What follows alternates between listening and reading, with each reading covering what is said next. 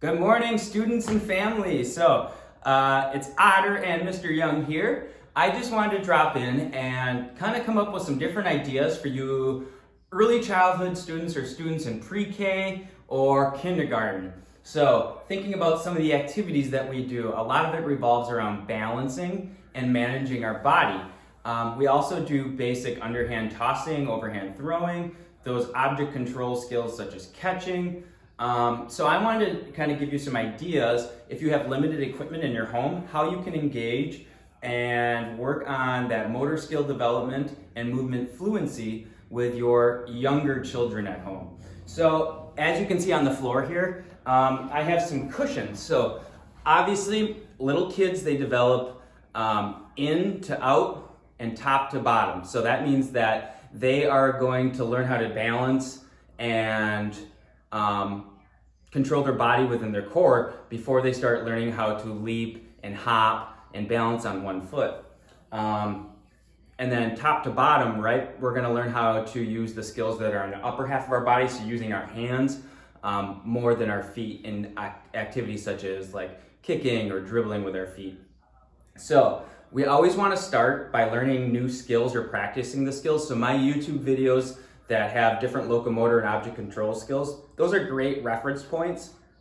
And you always want to perform those skills while you're flat on the ground. But if you wanted an extension activity, what you can do is add seat cushions. So I have just some different furniture cushions on the floor here. And what that does is that when I stand on that, it's just a little bit of variance when I put my weight and pressure on it, which will make it more difficult. So if you think about, we first want to start just learning how to balance on one foot. And once we get good at that, maybe we can do it for just starting out 3 seconds, or maybe just 1 second. We could do that in front of a mirror with our family at home. Once that gets easy, we can start to go on cushions. Another thing you can do is, I call it island hoppers, or pretend like the floor is lava, right? And the safe spots are the cushions. So we're working on going from cushion, sorry Otter, to cushion without going, Otter, get off the lava, come here, you're on the lava. So we can pretend that the floor is lava. So again, that dynamic balance comes in there. We have to try to control our body without falling over to our hands. Another thing we could try to do is put our hands on first, then walk our feet. So kind of similar to like an animal walk from cushion to cushion. Another thing we could do is we could work on our locomotor skills, such as like hopping on the cushions. We could do two-footed jumping and landing. So when we get good, then try to space it out a little bit further and see if you can jump farther from cushion to cushion.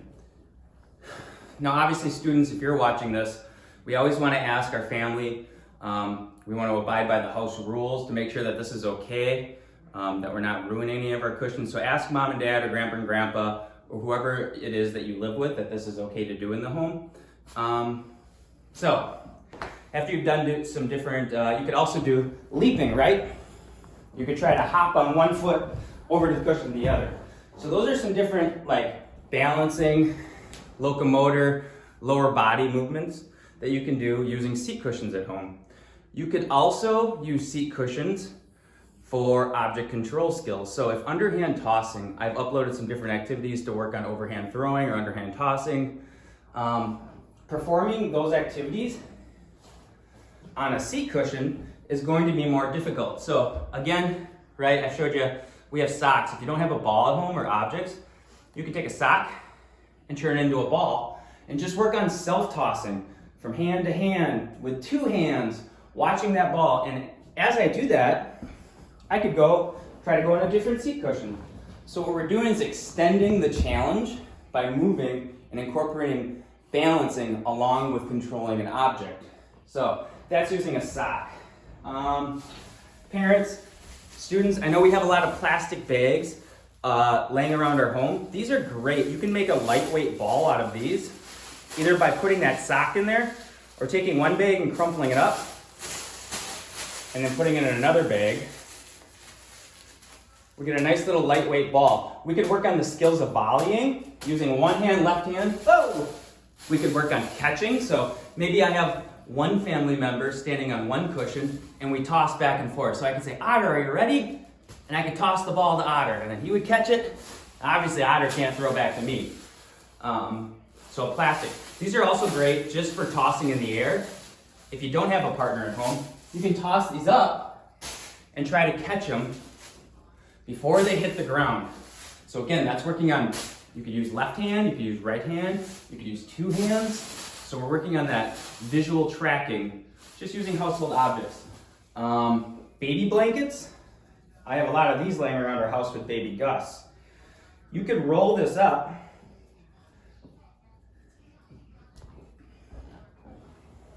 and now we could do a little bit of, maybe we want to do a tug of war. So Otter, here.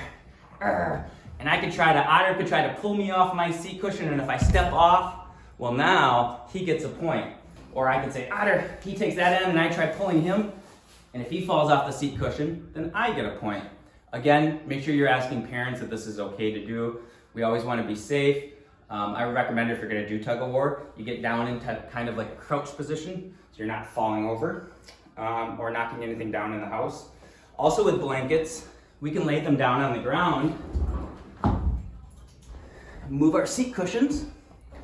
The blankets give us a nice little soft obstacle to jump over. So I could do side jumps. These are great to work on those locomotor movements and balance. I could do leaps back and forth over the blanket. So lots of different ways we could use blankets in the home. If you don't have a blanket, scarves or old hankies also work great as catching items. They kind of fall a little bit quicker and they fall at different angles. So that works on a nice challenge. Or even I have an old toy up here of Gus's. These, you could even work on catching different toys in the home. So again, I'm standing on the seat cushion over here and I'm tossing to a friend or a family member and they're working on catching it. And we're just working on those basic introductory object control and locomotor skills. So those are some different ways that you can incorporate seat cushions and household items to really work in a limited space or an area where you don't have a lot of room to move around. You can still work on those functional locomotor, dynamic balance, and object control skills with your early childhood, pre-K, or kindergartner at home. So give those a try. Let me know what you think. If you come up with some really good ideas, please let me know because I'd like to incorporate those and create some new content, some new videos. So have fun being playful and being active at home today. We'll check